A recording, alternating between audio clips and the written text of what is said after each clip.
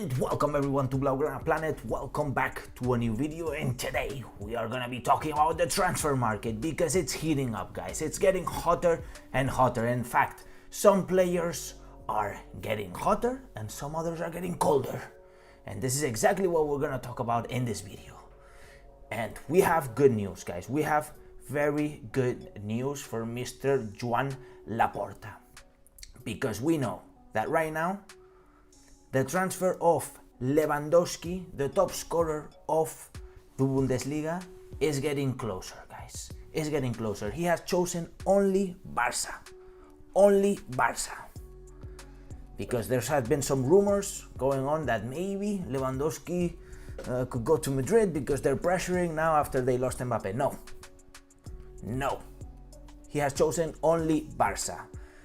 And in fact, Barcelona are pressuring, but Bayern Munich, we know it's a club that is not willing to sell the player for cheap. They are asking for a minimum of 50 million euros. 50 million euros for the player. Let's remind ourselves, he is 34 years old and he has only 1 year of contract. But this guy is a machine, a total machine. Top scorer of the Bundesliga. Barcelona are looking to offer maximum 40 million euro plus add-ons. We will see. Let the negotiation begin. Bayern Munich are not gonna want any player of Football Club Barcelona. That is pretty much for sure. I mean, imagine we can give them Braithwaite, and get a discount. That would be amazing. But no, they're gonna want the money. But I think that if we bring Lewandowski, it's gonna be a great add-on. Therefore, really happy in the advancement of Lewandowski. We have a complete agreement with the player. Now let's work on that Bayern Munich deal. Let's do it. It's coming. Second of all, Raphinha, one of the most wanted players for the culés. I think that Raphinha is gonna be a key player if he comes to Barcelona. This man, Brazilian youngster, 24 years old, he has his whole career still to go through, and I think it fits really nicely as a replacement of Ousmane Dembélé, which we're going to talk about in just a second. Azpilicueta, according to the rumors, he would have chosen Barcelona as his destination, but be careful. Rumors are going around like crazy. Okay, I wouldn't put all my eggs in the basket that Raphinha has chosen Barcelona, and our offer is probably going to be the lowest of all of them. Okay, the lowest of all of them. We know that after Leeds stayed in the Champions League, in the Premier League, no, not in the Champions League, can you imagine? In the Premier League, his buyout clause went up to 75 million euros. Obviously, we're not going to be paying the buyout clause. We will be negotiating with Leeds for the player. Maybe we can get an agreement for 40, 45, 50 million euros. But let's remind ourselves that Barcelona is in a very tight economical situation. Okay, very tight economical situation. On the other hand, let's also take into account there are other teams willing to bet for Raphinha. I've read some comments saying, "Oh no, you think that Raphinha's not gonna come because of the money that they're asking for him?" Guess what? There's gonna be other teams bidding for the man, and they're gonna be greater bids. And Leeds, they're gonna want to take the money as well. Okay, so it's not gonna be easy. But I have positive sensations. Raphinha, come to Barcelona, man. There's no better club in the world. Come to Barcelona. Moving on to Azpilicueta and Marcos Alonso. We have been looking at these rumors, hearing these rumors for maybe the past month, the past 2 months. In fact, apparently Chelsea's defense is just disappearing. They have lost Rudiger to Real Madrid, Christensen is going to be joining Barcelona, and now Marcos Alonso and Azpilicueta could also be departing. I don't know who they're going to be signing as replacements, but it's not my problem. We are focusing on these two players, but it seems that one of them is closer than the other. And that is Marcos Alonso, because Marcos Alonso, which still has a contract until 2024, would have an agreement, some sort of an agreement with Chelsea for basically being able to leave the club with a symbolic fee. Okay, we wouldn't have to pay a lot of money for the player, maybe a symbolic fee or 5 million or something like that. Okay, that is cool. That is great. I think it would be a good add-on. The man is plus 30 years old, but I think he can provide a lot of skills to the team, and certainly in his position. In terms of Azpilicueta, has automatically renewed his contract for 1 year because, you know, it happened, and he's the captain of Chelsea, let's remind ourselves, and apparently Chelsea are not letting him go for free or for a symbolic fee like they're doing for Marcos Alonso. Therefore, we're gonna have to pay for some money for for Azpilicueta, and for Marcos Alonso, in fact, a symbolic fee. But let me know, if you had to pick, which one would you pick? Let me know in the comments down below. By the way, Josh Paul, thank you for your donation.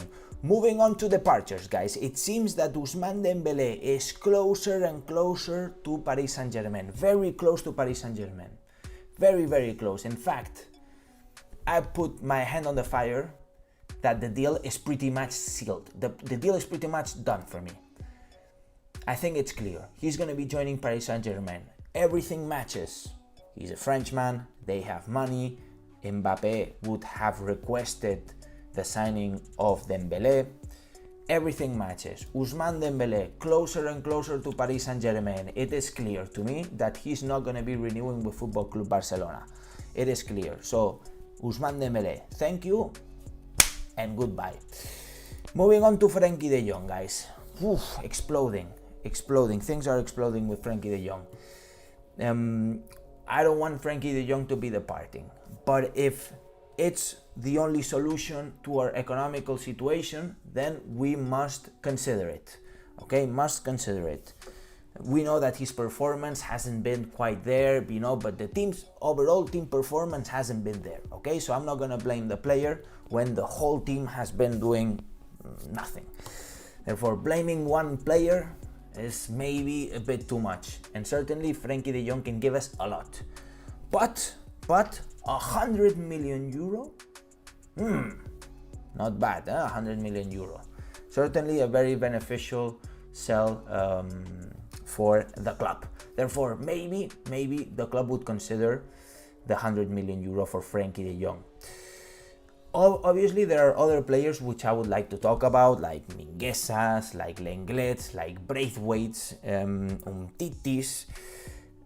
These players are much harder to get rid of, okay? But instead of getting rid of Frenkie de Jong, guys, and we talked about it in this channel, so some of you who watch the videos constantly will know what I will be talking about, is the fact that Joan Laporta has some aces in his sleeve, right? We know that we have the BLM, the Barça licensing and merchandise, we have the Barça studio, we have the CVC, all lined up.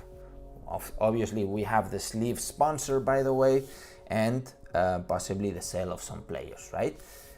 It seems that Joan Laporta is closer and closer to closing the CVC agreement and maybe other agreements, okay? Maybe other loans, and we will see. But it's closer and closer, guys. And to be honest, I really think that Joan Laporta is going to be pulling one of these contracts. And one of these business operations are going to go through. We're going to get liquidity to pay salaries, to improve our fair play situation, and to get players like Raphinha and Lewandowski into the team. Obviously, we need to unload players. And I'm not talking about Frenkie de Jong. I'm talking about all the others that I just mentioned. Lenglets, Minguezas, Umtitis. The problem is that all these players are worth not much, and they earn a lot of money. That is our biggest problem. But we will see. We will deal with it. I believe that in Joan Laporta, that maybe in 1 or 2 years, the financial situation will be better in Football Club Barcelona and we would have recovered. And I was thinking the other day, man, the fact that Mbappé stayed in PSG is a blessing. It's a pure blessing. You know why? Not only because it doesn't reinforce Madrid directly, but it gives us time. It gives us time to recover. Now we have 1-2 years of calm, or in Spain we can compete. I believe that we can compete for La Liga, all the titles. Maybe the Champions League we will see. But certainly we have more time now. We won't get crushed with Madrid having Benzema, Mbappe, Vinicius, you know. No, it's not gonna happen. Now we have time to recover this club and get ourselves into the highest position. And this is exactly what we are gonna be doing.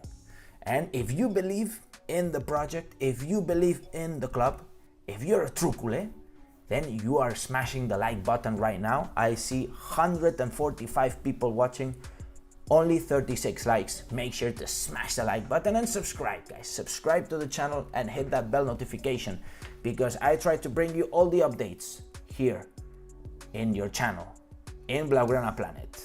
By the way, we have great news coming. We have great news coming because we have made an agreement with another account. And it's not on YouTube, no. It's not on Instagram, no. It's on Twitter. And things are moving. It's great. Thank you everyone for joining Blaugrana Planet. It's always a pleasure, always a pleasure. Thank you Offbeat for your donation.